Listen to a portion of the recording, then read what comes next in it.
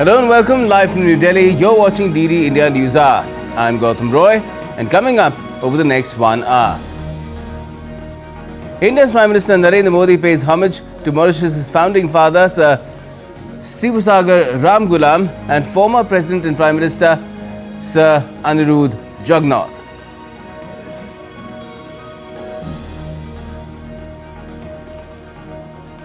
Ahead of Jeddah talks of US and Ukrainian representatives, Russia says Moscow hit by massive drone attack.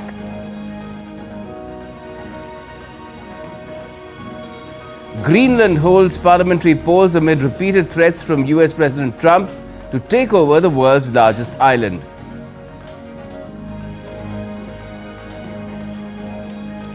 And global markets tank again amid fears that US President Trump and his policies could plunge the economy into a recession. Nasdaq suffers the biggest one-day loss since September 2022.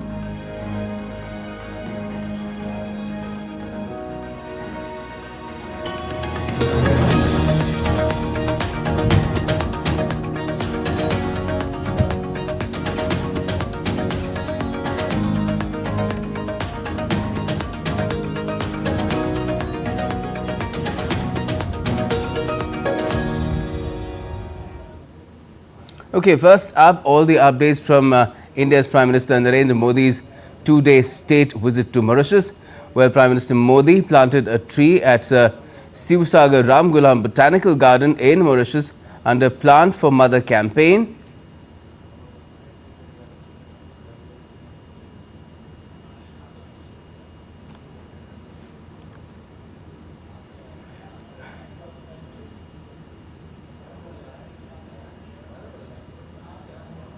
And prior to this, he had undertaken a similar initiative during his visit to Guyana as well. He paid homage to Sir Sivasagar Ramgoolam, the former Prime Minister and the founding father of Mauritius, and also to former President and former Prime Minister of Mauritius as well.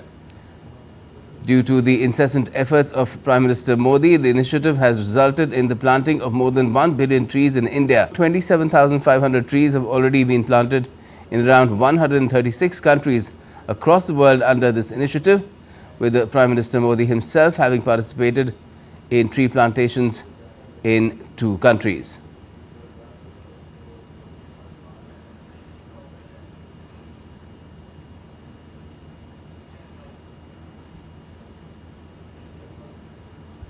As I mentioned, Prime Minister Modi is in Mauritius for 2 days on a state visit, and India's PM also called on the new president of Mauritius, Dharambir Gokul, a short while back.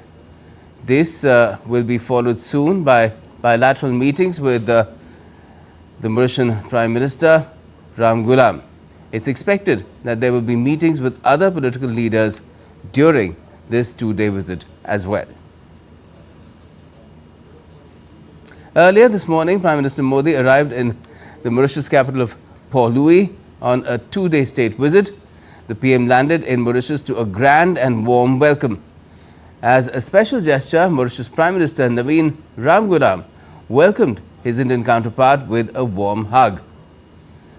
There were a total of 200 dignitaries present to welcome Prime Minister Modi at a very early hour, and these included MPs, MLAs, diplomatic corps and religious leaders. Prime Minister Modi was also accorded a ceremonial welcome at the airport.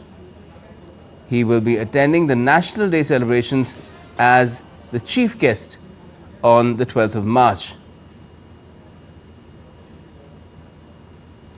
And Prime Minister Modi also got a rousing welcome on his arrival by the members of the Indian community. Chants of Modi Modi echoed all around the place. India has a very strong diaspora presence in Mauritius. About 70% of that country's population is made up of people of Indian origin.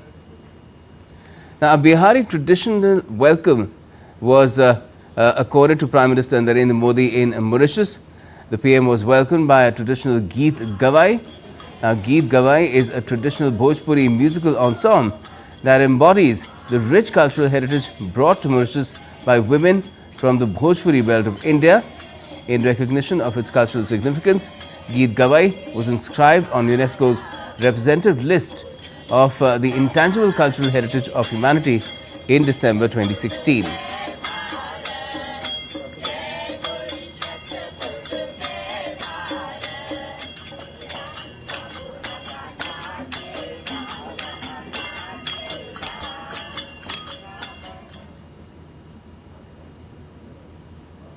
And let me now take you across to DD India's Akshay Dongre, joining us from the Mauritius capital, Port Louis, for more on this. Hi, Akshay. Now, we saw the kind of enthusiastic, almost unprecedented reception that Prime Minister Modi got upon his arrival in Mauritius. Now, how does that reflect the significance of the India-Mauritius relationship for the Mauritians?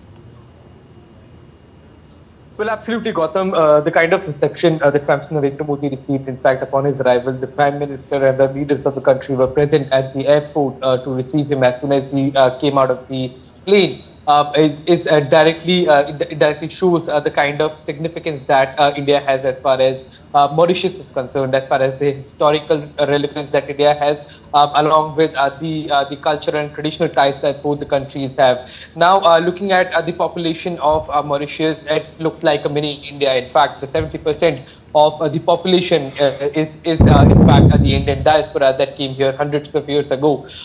In fact, after the 1830s, when British authorities banned the slave labor, they started an indentured labor. So indentured immigrants were brought in from India, and about 500,000 people that were brought in from around the world. About 97.5% were from India alone, out of which about 40% were from Bihar, and then from other parts of the country as well. So you're looking at a country that has about 70% of the population that is connected to another country historically and traditionally. So that is the reason why both the countries have always maintained very, very close traditional cultural ties, along with diplomatic relations that started even before the independence of Mauritius. In fact, India and Mauritius established diplomatic links in 1948, soon after the independence of India, and that goes on to show the kind of relevance that India also has for Mauritius. And when you look at trade, when you look at the FDI, when you look at economic links, it is not like any other country that shares, anywhere in the world. In fact, you are looking at a country, Mauritius, that is the second largest supplier, second largest provider of FDI to India. Then you have India that has been instrumental as far as several developmental projects of Mauritius, including the Metro Rail project. Then India has already given a $500 million credit line to Mauritius as far as development projects are concerned. Then you have linguistic links as well, as Hindi is spoken widely across the country. Even on the currency notes, you can see Devanagari script, and along with the currency notes, there are other linkages as well.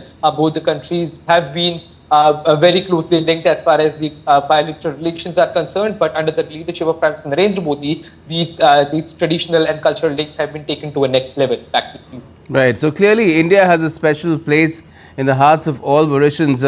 Akshay, how is it being reinforced and taken forward through this visit at a time when even China is trying to expand its footprint in the entire Indian Ocean region? Well, that is in fact a major concern, not just for India, but India being the residential power for in the Indian Ocean region is responsible for the net security of the region, to preserve the free trade, free movement, as well as security of the countries that lie in the region as well, and that includes Mauritius. Mauritius has also been threatened by climate change. It is a small country and has struggled to raise its voice as far as global forums are concerned, and there is where India has been quite helpful as far as Mauritius is concerned. During G20, Mauritius was invited as a special guest country to the number of countries that were invited. Then India also made it possible for the African Union to be included as the latest member in the G20 member nations. That includes Mauritius as well. There is the diplomatic links that have been quite significant for both the countries. India has been instrumental as far as several crises that Mauritius has faced, including the COVID-19 crisis, where India has provided several vaccines to the country. Then you have cyclones and other natural disasters where India has been sharing its own expertise in battling these kind of natural disasters are concerned, or being the first responder. You're looking at two countries that are closely linked, both traditionally and culturally, but are also looking at a bright future ahead. That is the reason why both India and Mauritius are expected to take their relation to next levels and cooperate in several new arenas where the cooperation has been going on, but there was a space and vacuum for the intensification of these relations, be it the pharmaceutical sector, healthcare industry, then you have education, you have transportation, tourism sector, where both countries have a lot to learn from each other, and that exactly is the reason why we are seeing the kind of enthusiasm, not just in the leadership of Mauritius, but also among the public, among the people of Mauritius as well, who have been calling Prime Minister Narendra Modi a guest and also a family member who is coming after a gap of 10 years. Sounds great. We look forward to hearing more updates from you later on through the day, and of course tomorrow as well. Thanks a lot for joining us for the time being. Now, sharing pictures on social media platform X about his visit to Mauritius, Prime Minister Modi has written, and I quote, "Landed in Mauritius, I am grateful to my friend PM Dr. Naveen Chandra Ram Ghulam for the special gesture of welcoming me at the airport. This visit is a wonderful opportunity to engage with a valued friend and explore new avenues for collaboration in various sectors. Today, I will be meeting President Dharam Gokul, he's already met him, and PM Naveen Chandra Ram Ghulam, as well as addressing a community program in the evening," unquote.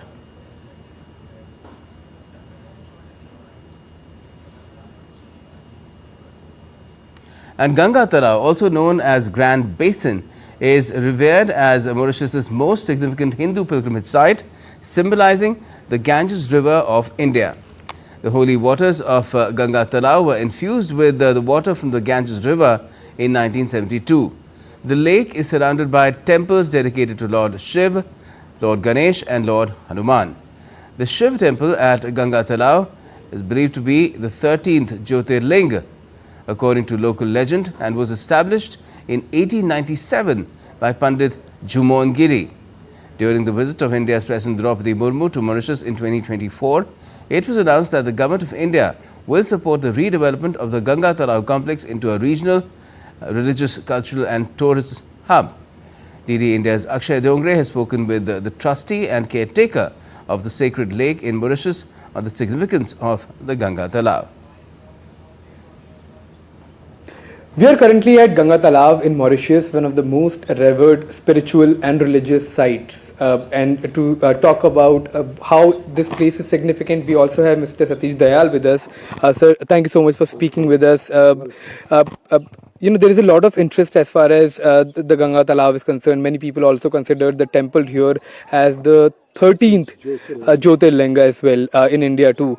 As the Prime Minister is arriving here in Mauritius, there is a lot of interest as far as India is concerned, and in the world as well, that these kind of places exist in Mauritius. So can you tell us about the significance of this Ganga Talao? The Ganga Talao is a very important place, a spiritually revered place, as you mentioned it. It is a Tirthistan, a place of pilgrimage too.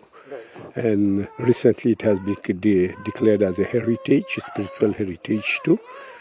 For the Hindu, it is a great symbol. Right. It is a great symbol because Ganga Talao is a sacred lake. In spite of being a sacred lake, it's a volcanic lake too.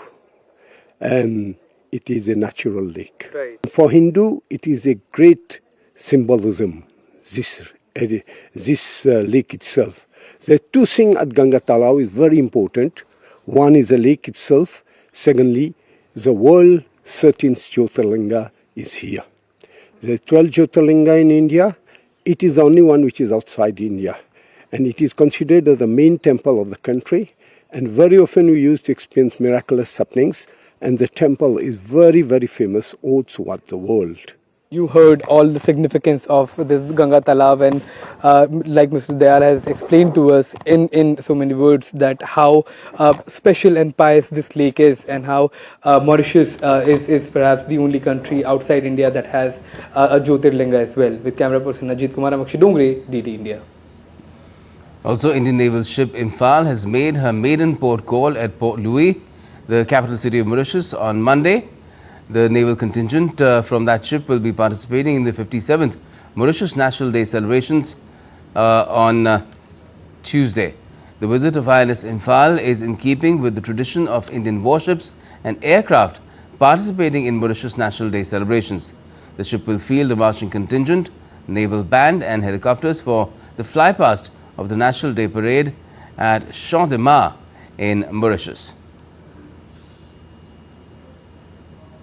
And still to come on DD India News Hour.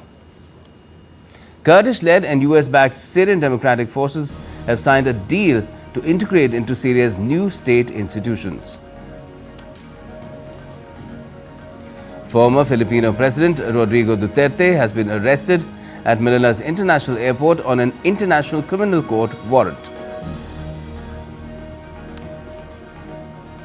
An early blooming cherry blossom festival attracts many visitors to central Japan.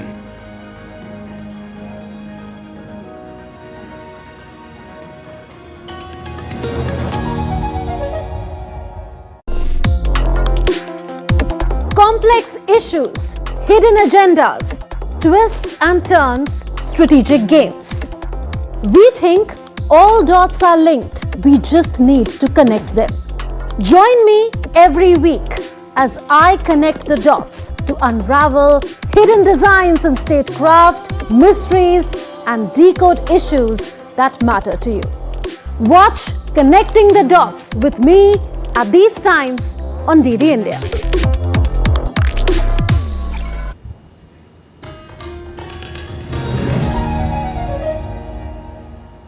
Welcome back. You're watching DD India News Hour. I'm Gautam Roy, and we've been tracking Prime Minister Narendra Modi's visit to Mauritius. It's a two-day state visit where he'll be participating in Mauritius' 57th National Day. But apart from that, a lot of significant talks will be held between the top leaderships of the two countries, the one that Prime Minister Modi is visiting. And India and Mauritius have had long-standing relations. One of the first, it is in fact the first African nation that India has had any sort of a free trade pact with. And to talk about it all, we have former senior diplomat Prabhu Dayal now joining us. Good afternoon to you, Ambassador Prabhu Dayal. What do you make of how India and Mauritius have conducted their relationship so far, in the sense that we've had Prime Minister Modi getting an unprecedented reception? Almost the entire cabinet and a lot more people were there to receive him when he landed in Port Louis today. Well, Gautam, first of all, thanks for having me on your show. You know, there is no doubt that the relationship between Mauritius and India has been very close. And the objective of Prime Minister Modi's visit is to further strengthen the bilateral relations between the two countries, take the strategic partnership to new heights, as well as make India's presence in the Indian Ocean more effective. As you mentioned during your earlier remarks, Prime Minister Modi will attend the National Day celebrations of Mauritius as a chief guest. This is a very, very important honor which is being bestowed on our Prime Minister as well as on India. And as you also mentioned, a contingent of the Indian Navy Defence Forces along with an Indian Navy ship will be taking part in the celebrations. Now, Prime Minister Modi will be visiting Mauritius for the first time after 2015. And it is expected that the current visit will strengthen cooperation in various areas. Now, first of all, there is the importance being attached to strengthening the bilateral relations. You know, Mauritius is called mini India because its culture, tradition, and population are of Indian origin. We are connected by shared values and deep cultural ties. And Prime Minister Modi's visit will further strengthen the foundation of our friendship. Many new projects may be initiated during this visit, and the attempt will be to further strengthen trade between India and Mauritius, as also strengthen the investment opportunities. Let me mention that in the financial year 23-24, Mauritius ranked second as the investment route to India, just after Singapore. And from the figures available, I understand that 25% of the foreign direct investment which came to India came via the Mauritius route. So attempts will naturally be made to explore how cooperation in this regard can be strengthened. Of course, India is investing in infrastructure development, digital technology, health services in Mauritius, and these will further strengthen the relations between the two countries. Now, at the same time, this visit of Prime Minister Modi is not limited only to bilateral relations, but it is an important part of India's long-term strategy in the Indian Ocean. I think that the results of this visit will help in further strengthening India's global standing in the times to come. Let me mention that Mauritius is an important country located in the Indian Ocean, and its maritime border is strategically very important for India, particularly in view of China's growing influence. So India wants to strengthen its presence in the Indian Ocean region, and during Prime Minister Modi's visit, we can see how avenues will be explored in regard to strengthening security and naval cooperation. Now, in this context, let me mention that a very important aspect relates to the Chagos Islands. The Chagos Islands belong to Mauritius. Mauritius has sovereignty. It was earlier under the French, then passed on to the British.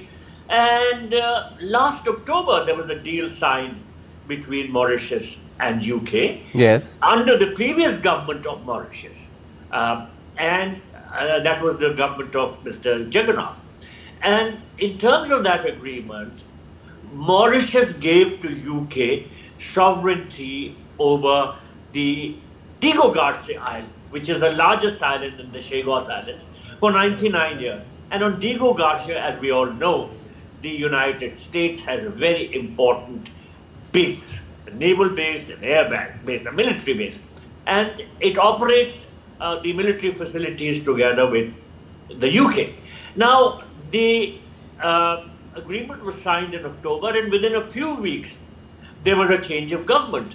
The government of Mr. Praveen Jagannath lost very badly, and the new government of Mr. Ramgoolam came in.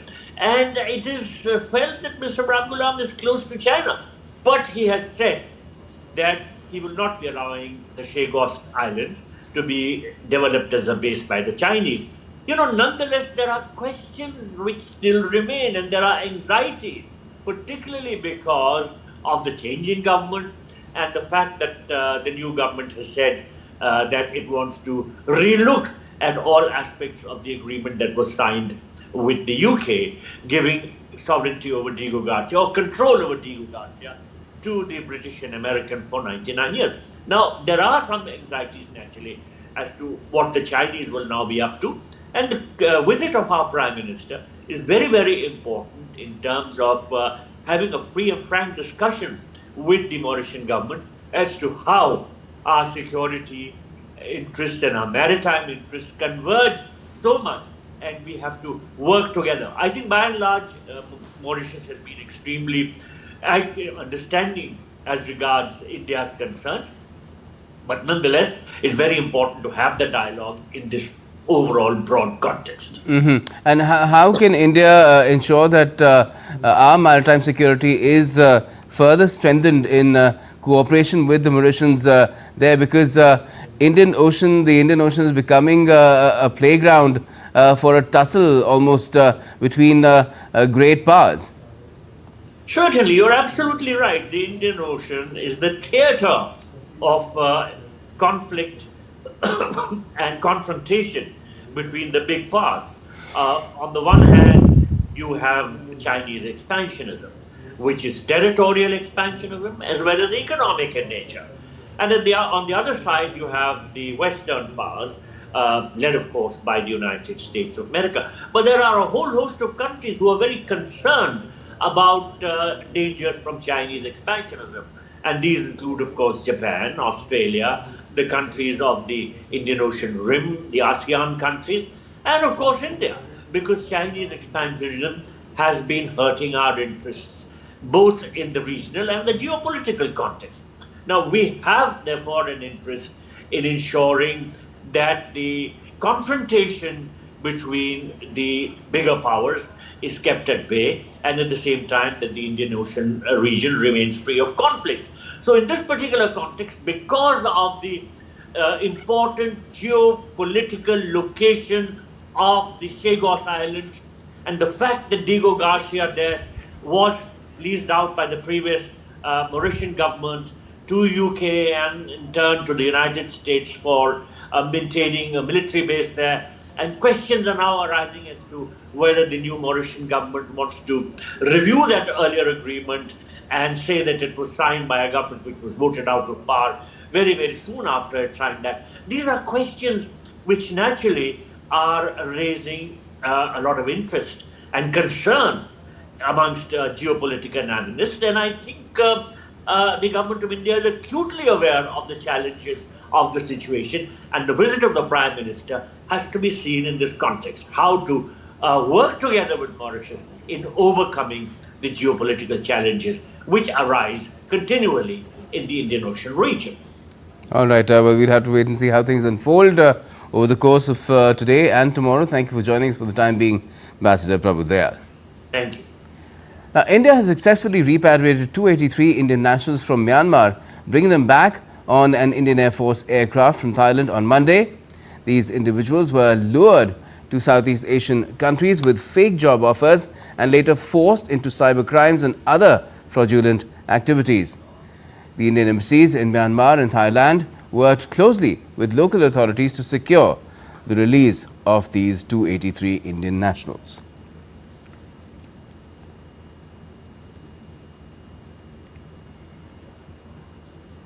Now, US Director of National Intelligence Tulsi Gabbard will be visiting India soon. Sharing a post on social media platform X, Gabbard said, and I quote, "I'm wheels up on a multi-nation trip to the Indo-Pacific, a region I know very well, having grown up as a child of the Pacific. I'll be going to Japan, Thailand and India, with a brief stop in France en route back to DC." End quote. Gabbard also said that her first stop was in Honolulu. She called building strong relationships, understanding and open lines of communication vital to achieving US President Donald Trump's objectives of peace, freedom and prosperity.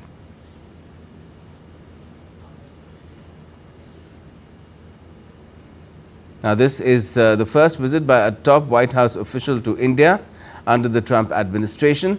Her visit to India follows Prime Minister Modi's visit to the US this February. During his visit, Prime Minister Modi met with Tulsi Gabbard and called her a strong votary of the India-US friendship. Gabbard also called it an honor to welcome Prime Minister Modi and said she looks forward to continue strengthening the India-US relationship. At least 2 people were killed in Moscow's southern suburbs after Ukraine struck the Russian capital with the largest drone attack on Monday. Russia repelled the massive attack, claiming to have shot down 337 drones across the country. As many as 91 drones were intercepted near the capital, while another 126 were downed in the Kursk region near the Ukraine border. The attack has come just hours before a high-level meeting between US and Ukrainian officials in Saudi Arabia, where discussions are expected to focus on the ongoing conflict and how to get to a ceasefire.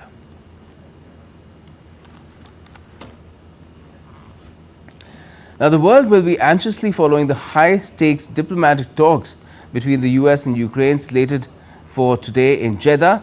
Ukrainian President Volodymyr Zelensky and US Secretary of State Marco Rubio have both held separate meetings with Saudi Crown Prince Mohammed bin Salman ahead of the key discussions on Ukraine's future. Let us get more details. Ukrainian President Volodymyr Zelensky's visit is seen as a crucial diplomatic effort to secure international support for Ukraine in the ongoing conflict with Russia. In his discussions with the Crown Prince Mohammed, Zelensky emphasized the importance of security guarantees for his country. He also said on the social media platform X that the Ukrainian delegation remains in Jeddah to work with the US team on Tuesday, and its position in these talks will be fully constructive. He especially emphasized the issues of the release of prisoners and said that a significant part of the discussion was dedicated to the formats of the security guarantees. Meanwhile, US Secretary of State Marco Rubio addressed broader geopolitical issues, including promoting stability in Syria, confronting two Houthi threats in Yemen, and supporting Gaza's reconstruction. But all eyes remain on the upcoming Ukraine talks. The Ukrainian delegation, including Foreign Minister Andriy Sybiha, Defense Minister Rustem Umerov, and President Zelensky's Chief of Staff Andriy Yermak, is set to meet US officials. These talks will mark the first official negotiations since the disastrous meeting between President Zelensky and US President Donald Trump in the White House. Moscow has responded cautiously, raising concerns over Ukraine's readiness for peace. It is not important what we expect. It is important what United States expects. The world is watching to see whether the Kyiv regime is truly willing to make peace or not. The future of Ukraine and the stability of the broader region hinges on the outcome of the discussions in Jeddah. All stakeholders will be anxiously following the outcome. Aarti Rana's report for DD India. The Kurdish-led and US-backed Syrian Democratic Forces have signed a deal agreeing to integrate into Syria's new state institutions. The deal, which included a complete cessation of hostilities, was signed by interim Syrian President Ahmad al-Sharaa and the SDF's commander Mazloum Abdi. Under the deal, all civilian and military institutions in northeast Syria will be integrated within the state, which will thus take over control of borders, airports and oil and gas fields. The SDF agrees to support the government in combating remnants of deposed President Bashar al-Assad's regime and any threats to Syria's security and unity. Abdi had previously expressed a willingness for his forces to be part of the new defense ministry, but said they should join as a bloc rather than individuals. Greenland will be holding parliamentary elections today, with independence a key campaign theme, after US President Donald Trump said he wants control over the world's biggest island. Polling stations will be open at 4:30 p.m. IST today and closed at 3:30 a.m. IST on Tuesday. No exit polls will be conducted and results are expected between 6:30 a.m. IST and 8:30 a.m. IST on Tuesday itself. Of the 6 parties running, only Nalarak has promised to hold a snap vote on independence, and all parties except for Atusud support secession. The vote comes at a time of heightened international interest in Greenland, particularly after US President Trump expressed a desire to acquire the island, underscoring its strategic and economic significance. Greenland's Prime Minister Mute Egede criticized Trump's remarks, stating the island deserves respect and will prioritize relations with nations that acknowledge its sovereignty. In a speech to Congress last week, Trump said that he would acquire Greenland one way or the other. And on Sunday, he attempted to appeal to Greenlanders directly by reiterating his invitation to join the US and pledging to invest billions of dollars to create new jobs and to make them rich.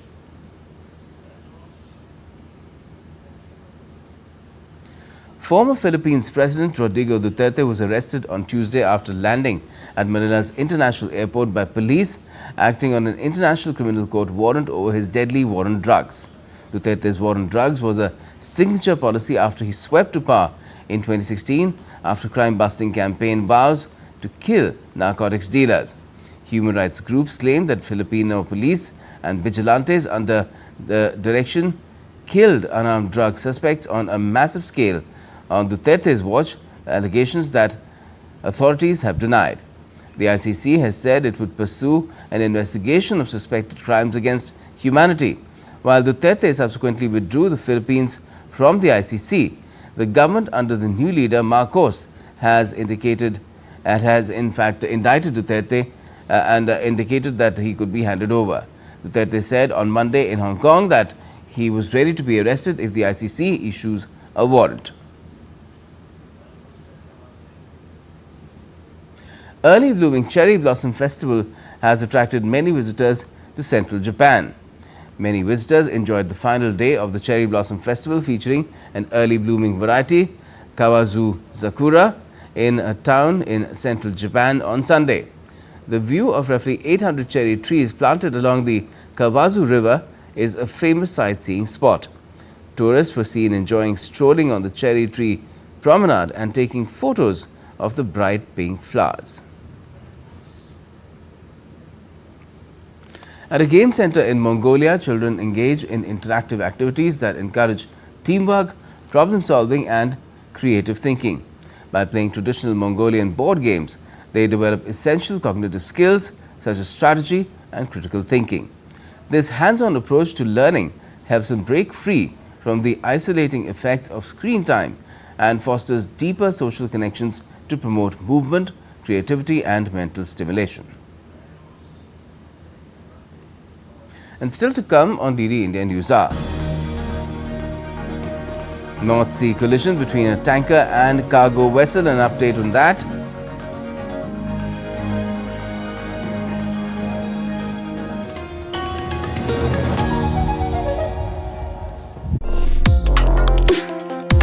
Complex issues, hidden agendas, twists and turns, strategic games.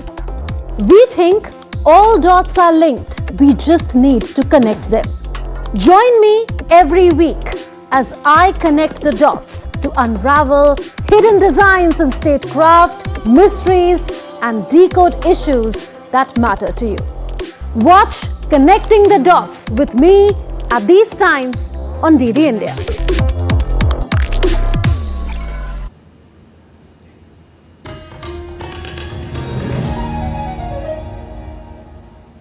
Welcome back. You're watching DD India News Hour. I'm Gautam Roy.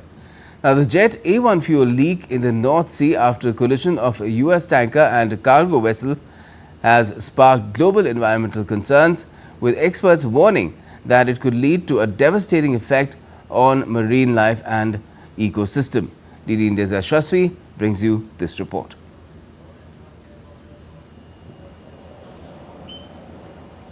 A tanker carrying jet fuel for the US military collided with a container ship off northeast England on Monday, sparking a massive blaze and multiple explosions.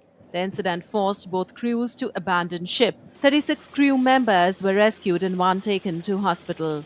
The tanker, Stena Immaculate, was carrying around 220,000 barrels of jet fuel, while the container ship, Solong, had 15 containers of sodium cyanide on board.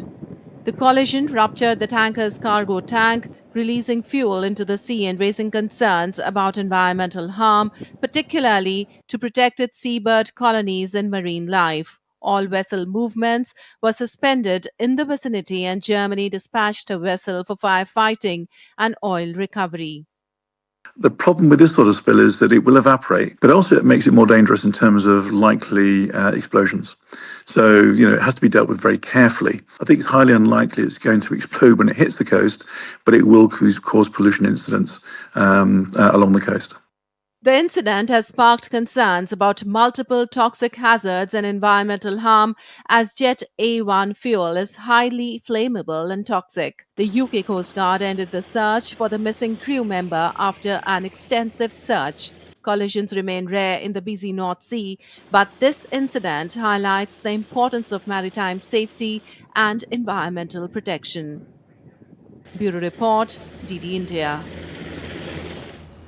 Legislative business in the lower house of the Indian Parliament, or Lok Sabha, resumed on Tuesday, with all eyes on a range of new bills and the Manipur budget.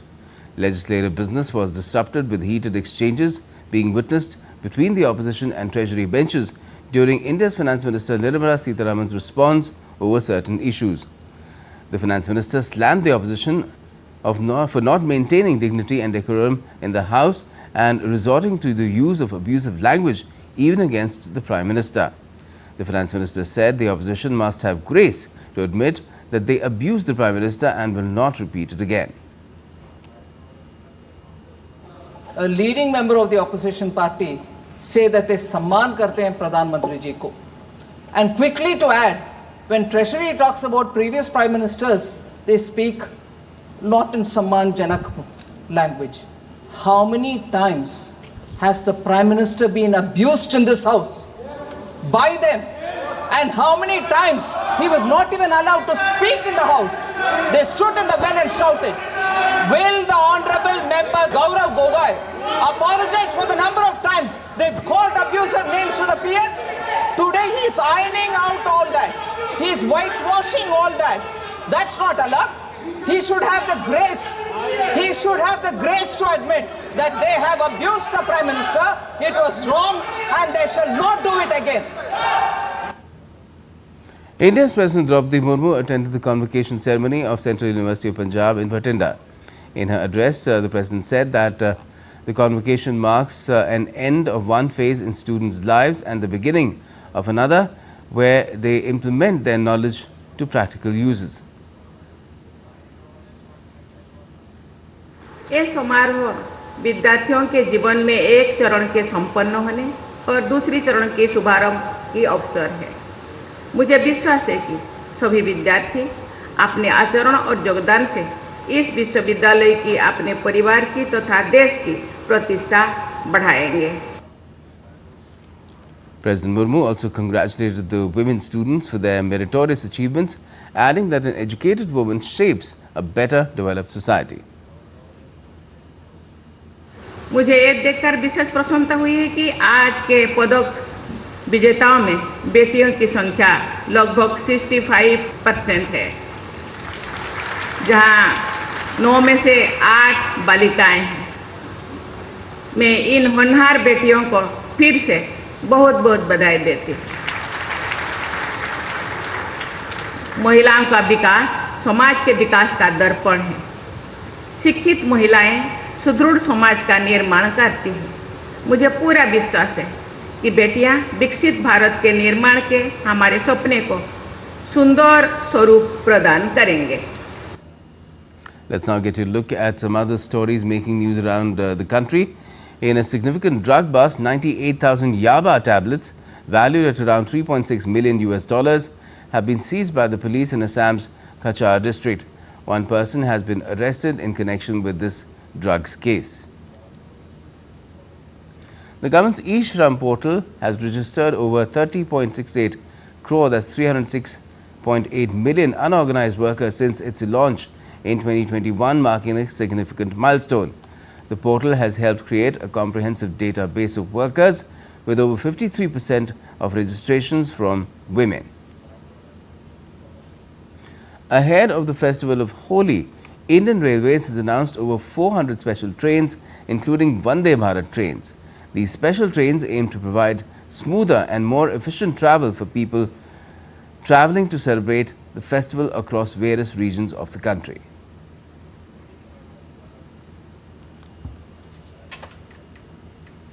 Now, world markets tumbled on Monday on fears of an impending US recession.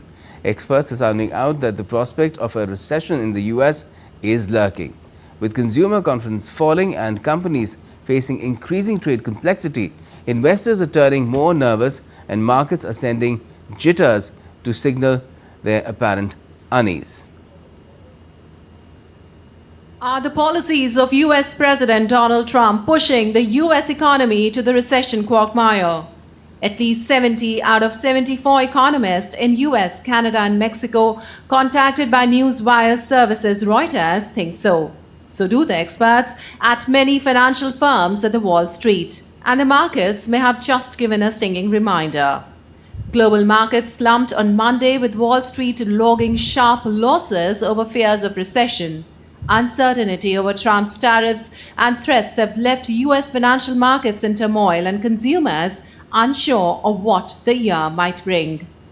Nasdaq Composite Index plummeted by 4.0%. The S&P 500 was down 2.7%, both seeing worst day since 2022. The S&P 1500 Supercomposite Index, one of the widest measures of the US stock market, has lost to nearly $4.9 trillion in value since its record high in mid-February. The Nasdaq was bogged down by retreats in tech stocks, including Google parent Alphabet, Apple, Amazon, Meta, and Nvidia. Tesla, led by Trump's billionaire advisor Elon Musk, closed more than 15% down. While markets were previously bolstered by hopes of tax cuts and lighter regulation, immediate worries over tariffs has clouded every other factor, adding fuel to the raging fire's heavy job cuts being implemented by Elon Musk and his Doge team. Beijing's retaliatory duties on certain U.S. agricultural goods came into force on Monday after Chinese products were hit with additional 20% U.S. tariffs. Trump, in a Fox News interview aired over the weekend, declined to predict whether his economic policies would cause a recession. A new wave threatens to arrive this week, with steep levies of 25% on steel and aluminum imports due to take effect on Wednesday. Bureau Report, DD India. Asian markets also plunged on Tuesday as fears of a trade war triggering a U.S. recession fueled global sell-off. Investors scrambled for safe haven assets like the Japanese yen, while stocks across Japan, Taiwan and China tumbled. Japan's Nikkei and Taiwan's benchmark index both slid 3%, reaching their lowest level since September 2024. Even China's strong-performing blue-chip index dropped 0.5%, while Hong Kong's Hang Seng fell 0.8%. The sell-off follows Wall Street's sharp decline on Monday, where the S&P 500 saw its biggest one-day drop this year, losing 2.7%, while the Nasdaq suffered a 4% plunge, its worst since 2022. Fears of an economic downturn have already erased $4 trillion from the S&P 500's peak last month, deepening concerns over global financial stability. And in more uncertainty signals, Germany's Green Party rejected the massive spending deal put forward by the Conservatives and Social Democrats. That could leave hundreds of billions for defense and infrastructure spending in doubt. Joining us with more is DW's Chiponda Chimbedu from Berlin. How do you do, Chiponda? Just tell us what does this mean for that massive spending plan? Thanks for having me. Well, it essentially means that the Conservatives, that is the CDU and the CSU, and the Social Democrats, the SPD, will need to convince the Green Party to back their spending plan. Now, the package was supposed to free up 900 billion euros, and just over half was for infrastructure, and the rest is meant for defense. Now, that was, of course, a direct response to the US's shift from supporting Ukraine with military aid. To free up the money, Germany needs to loosen its debt brake rules, which limit government borrowing to 0.35% of GDP. That means the spending plan needs at least a two-thirds majority in the Bundestag, the parliament. And the two parties that are most likely to form Germany's next government will need to have the Greens on board if they want to reform Germany's government borrowing rules. But on Monday, the leaders of the Green Party group in the Bundestag said that they would ask their parliamentarians to vote against the spending plan. So, Chipandu, can we expect something to be worked out later on? Green Party politicians have been warning that the massive spending plan doesn't do enough to address climate change and that it might be used to finance tax cuts. So they have come up with a counter proposal.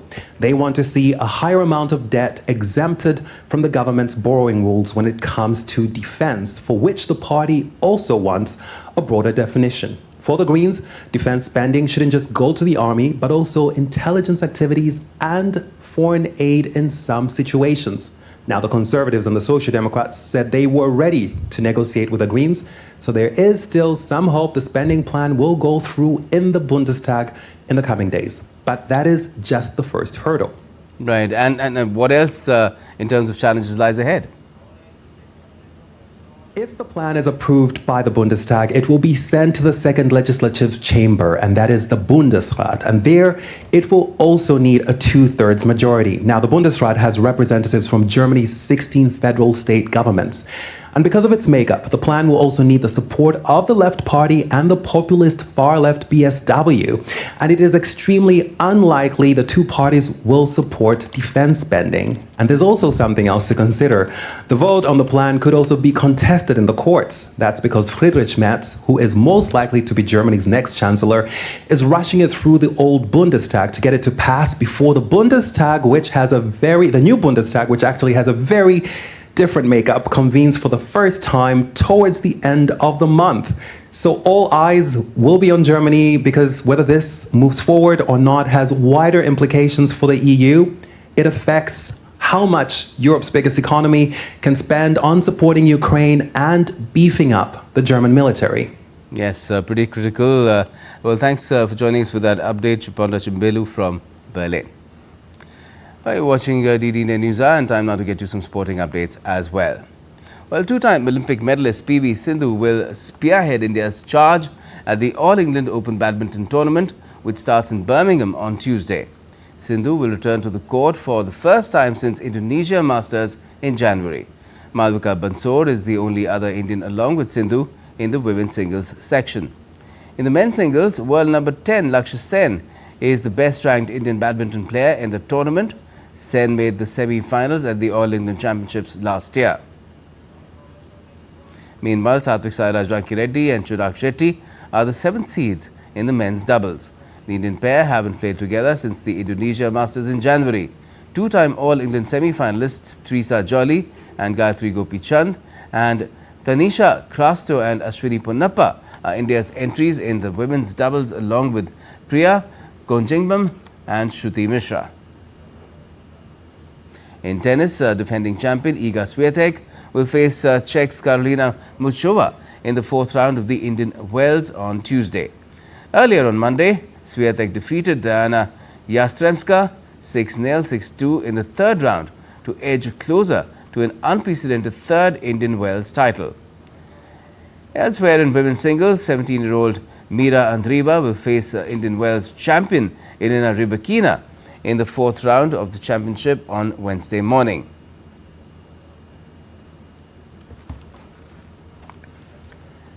And at home, the Jaipur Polo Ground in New Delhi is all set to host the BMC Advisors Northern India Polo Championship from Tuesday.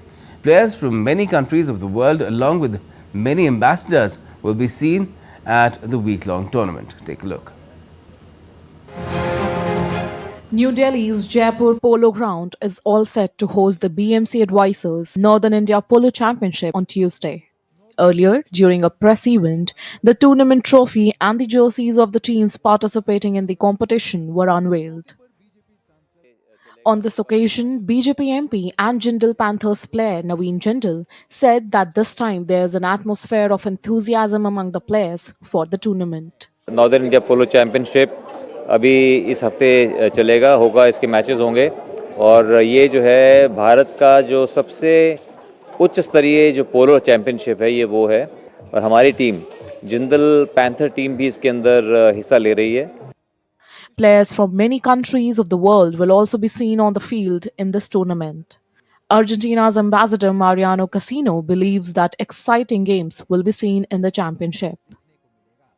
We are very happy that this opportunity of attending this polo championship, in which I am always very happy and glad to observe the recognition that the Indian people have for the polo tradition in Argentina regarding the horses and the best players in the world. Speaking at the event, Ambassador of Paraguay to India, Fleming Duarte, said he looks forward to the tournament. I know that India also is very much close to Argentina, where the good horses are coming from. So I started to go to polo 3 to 4 years ago, thanks to my friend Brijesh Mathur. And I believe that Indian polo is very competitive. You have a great performers in this particular sport. I believe that India must be amongst the top 5 in the world. Teams are all set for the exciting matches that will be played Crystal Jindal, Achievers and Jaipur Delta at the BMC Advisors Northern India Polo Championship. The final match of the tournament will be played on March 16th. Sushil Kumar's report for DD India. And that's all we have for this edition of DD India News Hour, but let us know your thoughts on the news of the day. And for those on the go, you can get all the latest news and updates from India and across the world from on DD India's mobile app. It's available on both Android and iOS. You can scan the QR code on the screen right now and download it. And we'll be back with more news as it breaks here on DD India. I'm Gautam Roy, and from all of us here in Delhi, thanks for watching DD India News Hour.